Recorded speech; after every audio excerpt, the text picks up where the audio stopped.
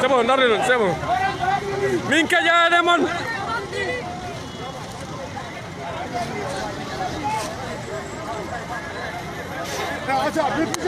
Onon bamdiri. Onon bamdiri.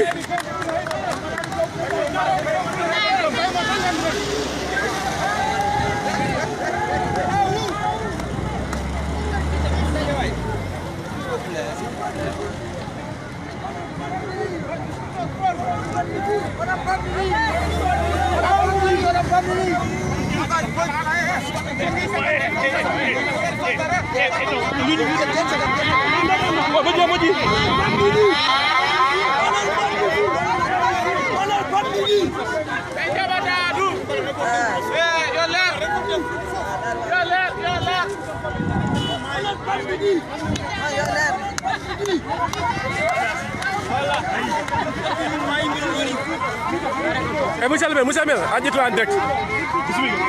Monsieur le maire, adjoint maire.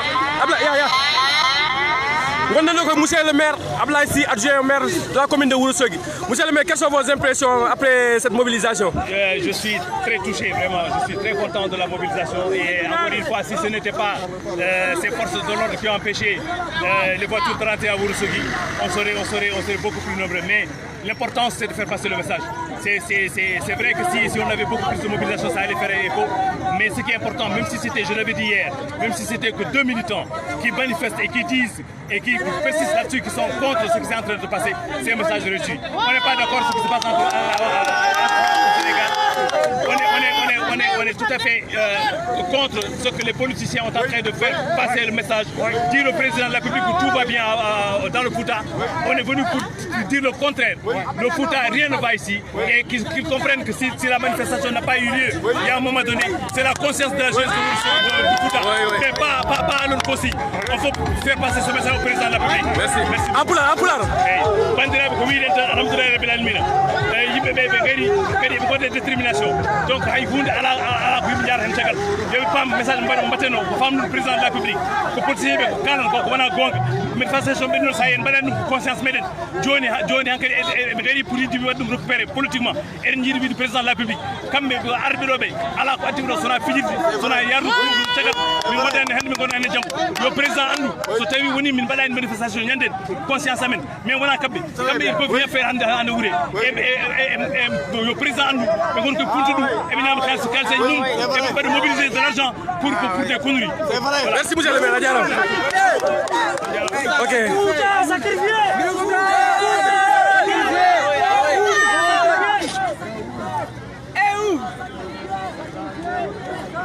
Furankoɓe ne kaydi, furankoɓe namdi, furankoɓe mayi. En direct gonɗa, en direct. Janga, gala tafri, gala piji, gala espace, gala haydara, min mayi. Mor lamen ngol leli, min jiɗi morade. Walla joni adini komi fasale segui promo. Merci. Morono. Foko Macky ade non ina foko Macky ade non bane ay ina foko Macky ade en tambi hala beltuda liggéey ya ko min garti mi ay tay golle gasani ko nga am fu jëmut ñew nañ fi ñu ngi ni amul ben liggéey ñu ci gatal lepp ak Macky amba Macky eki merci amba Macky Alala. Le président de la République Andou. Les gens sont pris avec lui. Ce sont des malfaiteurs qui l'ont entouré,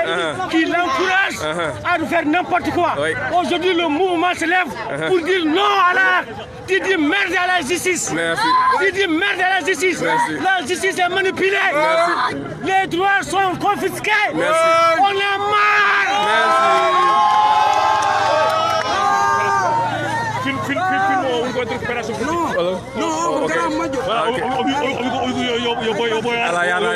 Wona ko en direct Fouta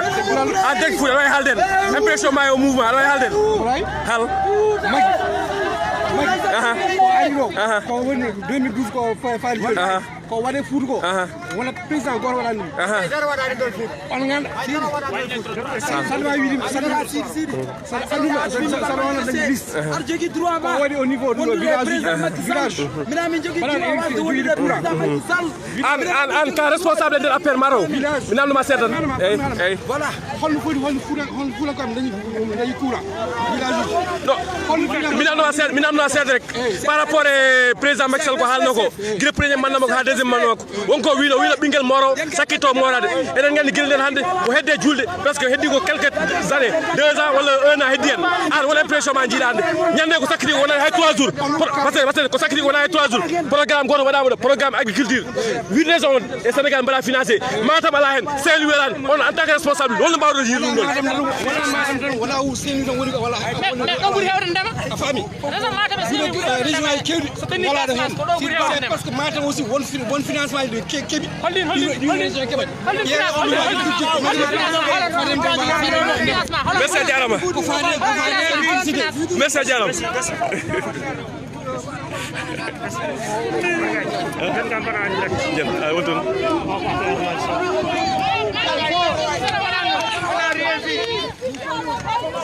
fan mi ƴetta Demba mi yettuma en direct Facebook salminima mouvement yeeje Fouta o woni ɗo tarade hollirde Foutankoɓe ko ganduɗa woni jihade ɓeɗo noon hande gari ɗo kolli andinde Foutankoɓe ko goni ko wona ɗum ɗon jana wona ɗum ɗon gonen Foutankoɓe haydara ala ko gadden Fouta haydara ala ko toppiri Fouta Fouta wonen caɗele nde garani ɗo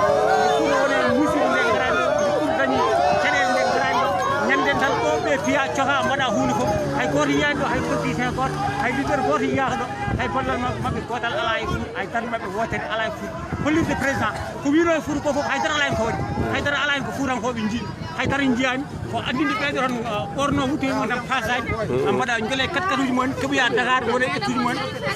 so ballal yondi tan ngare mbiye ngare balle balle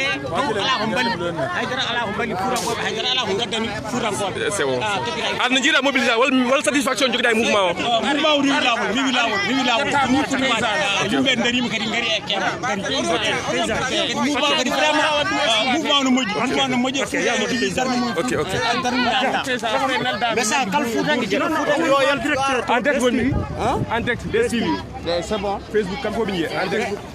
partagé live ɗo DSTV ça waɗi Facebook DSTV ma yi en direct Abou Serif eyyi ok en direct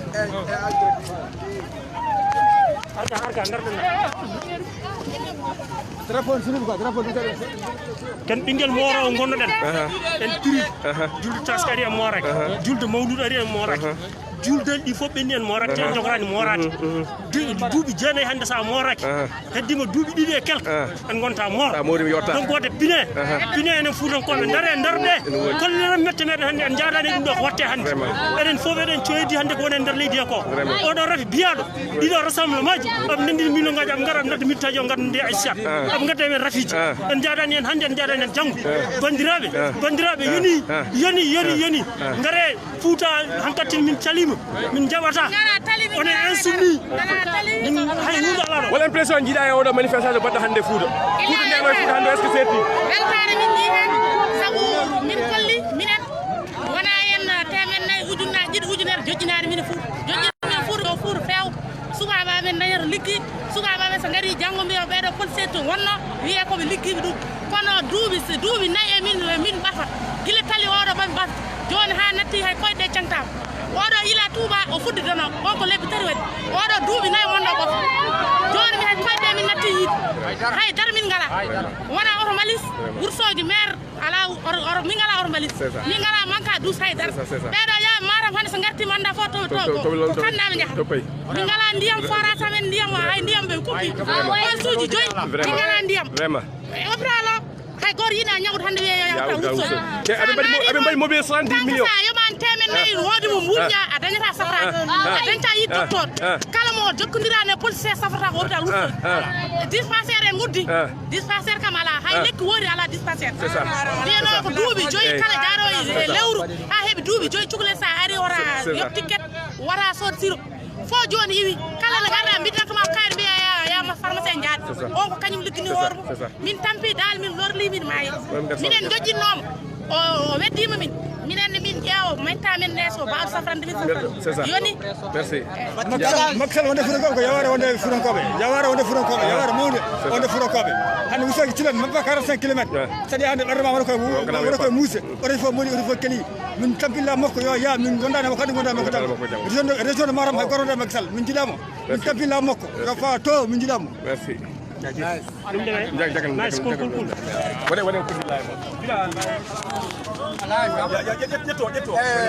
bandiraɓe gommiwol haalande bandiraɓe Foutankoɓe fof ko ari kewɗe e nder Fouta ko on di stade Matam o eɓen jondi yimmiraɓe meɗen babiraɓe meɗen gonnen koye wetno gonɗo ko covid 19 on jii hande oɗo instant hande en gandi galleji meɗen ɗi son ndena enen fof kadi jogoɓe ñawde coronavirus kadi hande enen gandi Fouta ko yejjita on jii leader uji ɗi kala pirtiɗo on jogui oto 100 millions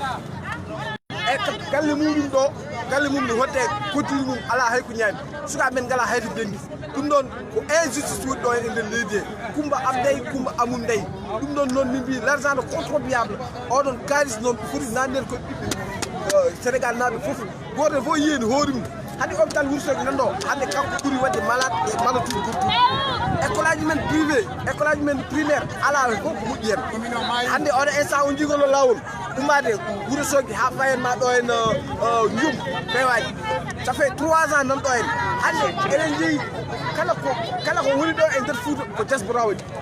noon e mbiyen ɗon hande diaspora AC hakkadi yo moftu juuɗe mabɓe hakkadi de état ne foti waɗen nden par ce que enen koye leydi hen jeyɗen eɗen mbaɗa hen contribué hande noon ene ɗo ɓinguel morowo noon hande noon gila sanci ha joni on kanam yo moro an gonta moro vraiment joni non min ƴeewa rasoir rek mi pemba ɓinguel moro ɓe bino den moro hande farba wino moro mortede fof fembete ko wino ɗo henne ko haalno ɗo henne e nder élection présidentielle o wi ɗo ko titre foncier Macky Sall min mbimi ɗo hay kuɗel bale o ala ɗo kuɗel bale ɓuuri famɗude o jeeyaɗo hen enen noon mbiɗen noon eɗen paɗi ɗum salmini fuutankoɓe e wonɓe diaspora fof merci beaucoup merci assalamu aleykum wa rahmatullahi taala wa barakatuh on calminama fuuta ɓiɓɓe fuutankoɓe minen ko caɗele amen min jiiɗi haalde ko affaire maire uji ɗi min jiiɗi haalde ko affaire maire uji ɗi min jiiɗi haalde ko affaire député ji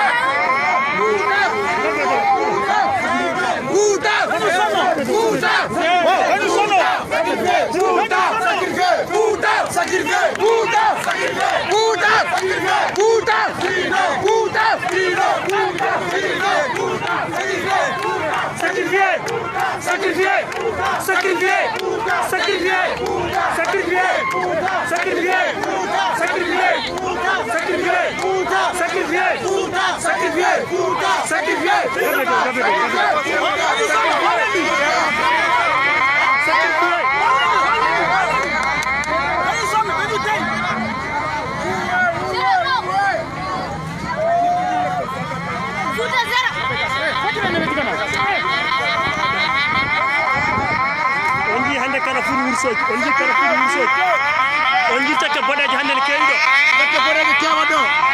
ko waɗi noon waɗi ɗum komin jeyani fayamene laamu Macky hande min mbawi wiide 8 ans haydara ala komin ji presque hande ko semence en heewi e Fouta kala ko président haalno ala fof ko adde e Fouta bone so wona farba gomen waɓino Moussa Bocar en waɓino maître Salen ɓe mbi tout ɓe mbi ko ɓiɓe Foutankoɓe hande komin tampuɓe kadi ɓe koɓe darna yimɓe galleji mabɓe eyyi kala ko adde e Fouta bone farba ne jeeya hen par ce que farba woɗi foof farba ko dombol ngara wutta D'abord, on remercie donc les fils dignes du Fouta qui sont réveillés tôt le matin pour combattre.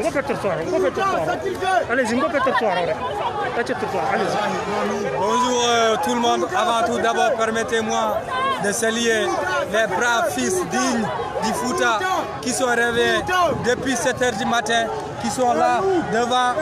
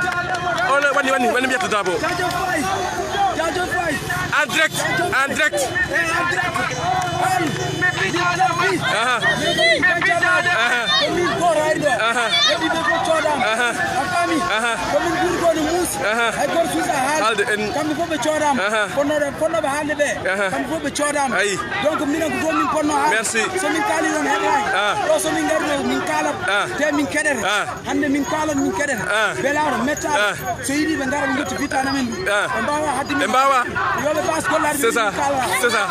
Ajarama. hande bismillah hal Fouta fonnoɓe darade daraji hande sen daari 8 région tubabi ni pas région de Matam subaka 8 région mo haali haala ndemal yi valeo région de Matam ne fonno mais en ngala deribe en ngala haɓatoɓe ken yejjitaɓe ken accaɓe il faut yimɓe fof ganda Sénégal fof ande bon wona titre foncier hay goto wona titre foncier mum hay goto yo président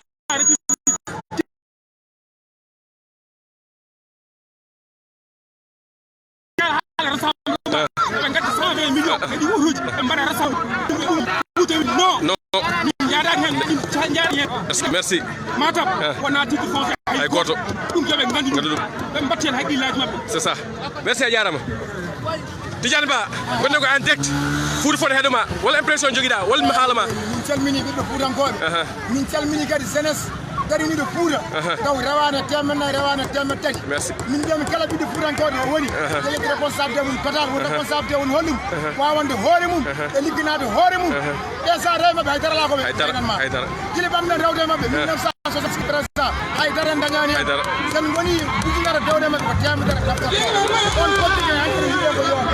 gasa laaɓa kala ko wadde Fouta bone farko gomen e jeeya hen min cuuɗaki hen min mogginaki hen woodi jomuru ngara wutta woodi kalto wulli ko añam tan woodi wuro wongo wonda kala kadi commune mo jiɗɗo rewde makko o bonno politique mum haɗum nana ko nafo yimɓe ne gandi non non mon haaɓe mum wako haɓire mum haɗum ja yiiɗa fenade haɗum ja yiiɗa ɗaminaki min jinno hande ko hay commune wustoki hande ko maayi oto mbalisi min ngala santé rien monsieur le maire wode urgence haydara min haydara million ngaji mbaɗa pour 1 heure temps ko dari wi wuro soji kañum woni hoore Fouta haydara min jiyani heddi noon hamin mette amen so mbawi sabre min caɗum soɓe mbawa komin continue ɗo ha 2024 min calaki haydara inchallah yo yanne leydi tan walla min keɓe ñantere jaɓe a weltata Foutanko fof nanima Foutanko fof nanima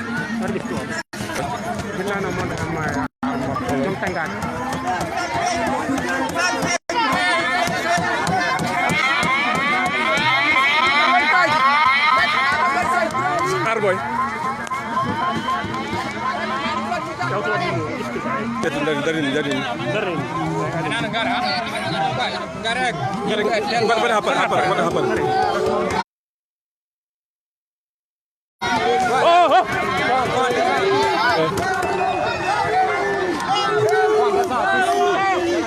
dari balik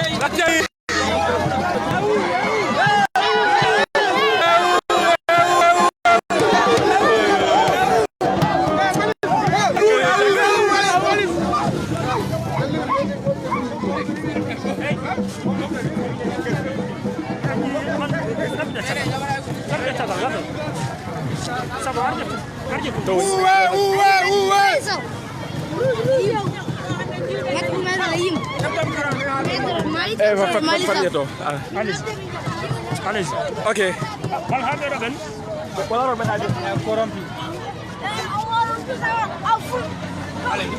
Abdourazak wonne Abdourazak Dia donc mo wuro sogi Abdourazak won impression jogi da o manifestation o mobilisation Fouta comme dari en fait ko wana dum ko salmin bandirabe weltanade be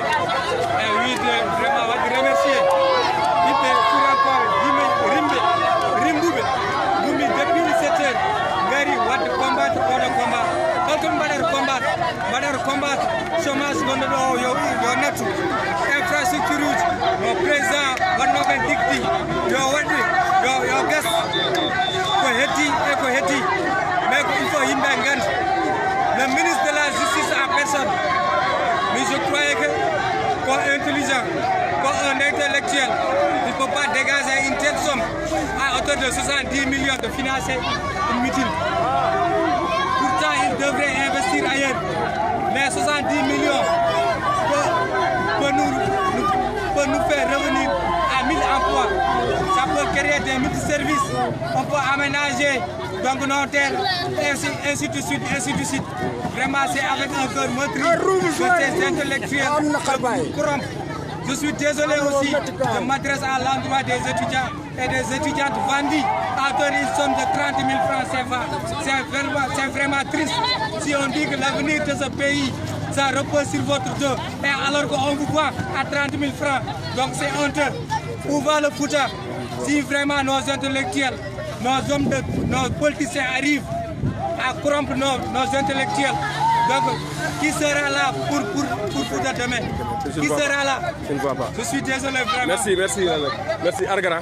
Je suis désolé comme no haldrum ni min ko kanko nyaadumi e kala mo ganduda ren ena habana ko ganduda wadani affaire aji di e lawol minen commune sukabe min jidi ko ligade e ligay ala do jakarta wuj nan do yimbe be na mbara koy mumen e mere min kala do usine ay sinu ko usine sanyo yimbe be ligo hen mais ne jepta kalisaji ene pecce dum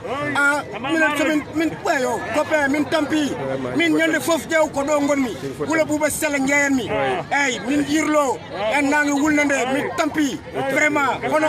hono am kadi nan doyna e wuro ngo ne mbaylede mi tampi vraiment quoi kadi yimbe be na mbare do kecce be de pelle be na mbare doyna tanda ko pe ay gor famani quoi e do fuude do ko enen jey fuude kala ko mbi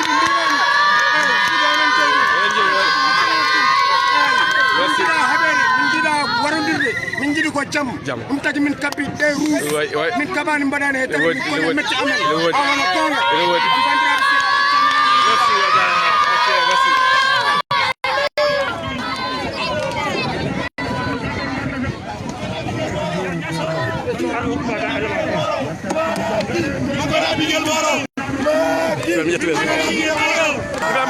en direct sur Facebook. En direct Facebook. Le Fouta dit non à la propagation de la COVID-19 dans la région, orchestrée par des dealers de la mouvance présidentielle. S'ils ont quelque chose à dire, ils n'ont qu'à aller manifester à Dakar. Non seulement ils n'ont rien fait pour la région, les populations souffrent, les jeunes n'ont pas d'emploi, les femmes n'ont pas accès au financement, sauf leurs militants.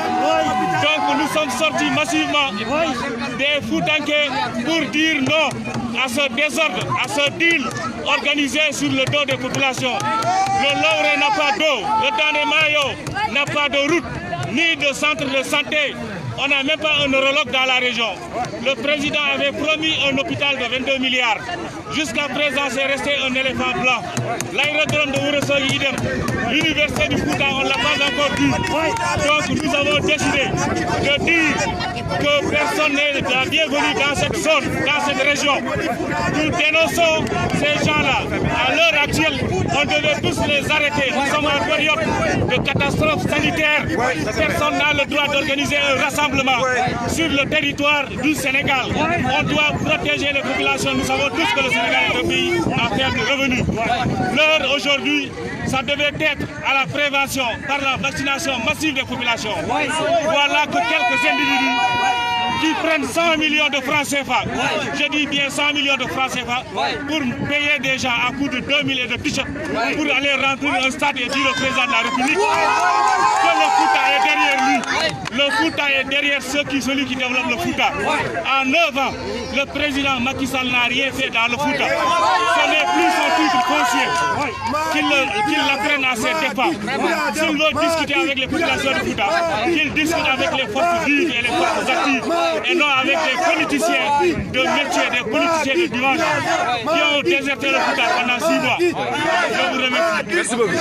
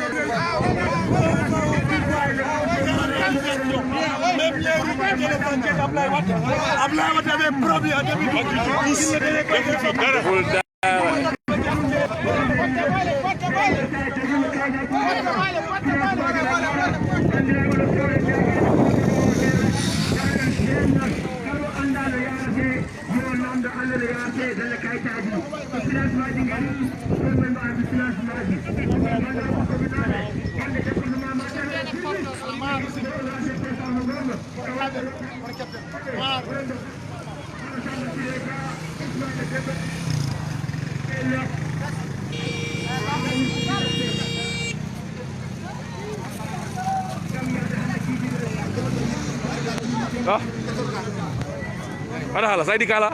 min kala parce que commune tampu bismillah parce que wursoji hala futa ko fo gotni makki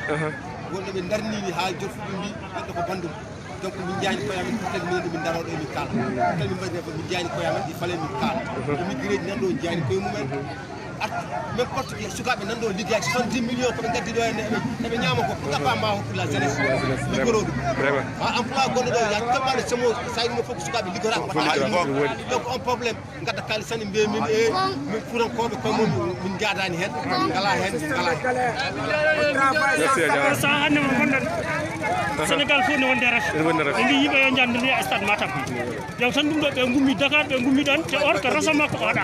parce que dum ko yidde Fouta wala dum ko yidde leydi ndi min jaadani hande min jaadani jam jami mbaɗa man tesse be jiiɗum lawol cilon wursogue nan ɗo en lawol cilon wursogue nan ɗo en ça fait maintenant 4 ans lawol ngol ronka yo gas est ce que ne foti wonde 49 kilomètres 4 ans ene liggue gasɗa min jaadani en hande min jaadani en jam nous disons non nous dénonçons merci waɗi ko min mbaɗa lancé message à part le président de la république minen dénonçons min tampe min tuubri lawol Matam ngollo to a parte ngollo lawol kadi so cela même chose sukaɓe nanɗo to nanni bak mbaɗa orienté e nder Dakar gala to goni min daɗɗine liggey sukaɓe men woni bak nettude région de Matam sukaɓe tappi min ngala liggey vraiment Macky a damfi min a firti aadi minen noon kata min jogui nous sommes prêts 2024 dégage Macky inchallah a jarama ñasi voilà situation no wayni ne hamni quoi état ni vraiment futi gollaka e ngare mbara mitinaji ngata warma pour bi futi kobe Macky jaram ko karam qu'est-ce qui se passe c'est qu'on attend les deux c'est des réalisations c'est des projets président de la République so ari do min jidi ko vraiment ko wadi inauguré wona arde wadi de promesse et c'est fini Fouta fini et puis Fouta ko inchallah ma ndar ko lirebe inchallah jam a jara merci yeyi men gadduɗo dardoroɗo e pofde ne ɓuure sen non en jara ɗo ɓuure paale monsieur Sow oɗo argay holko hanno pour la jeunesse monsieur Sow oui pour la jeunesse no ye so merci a jarama merci joni haalamo film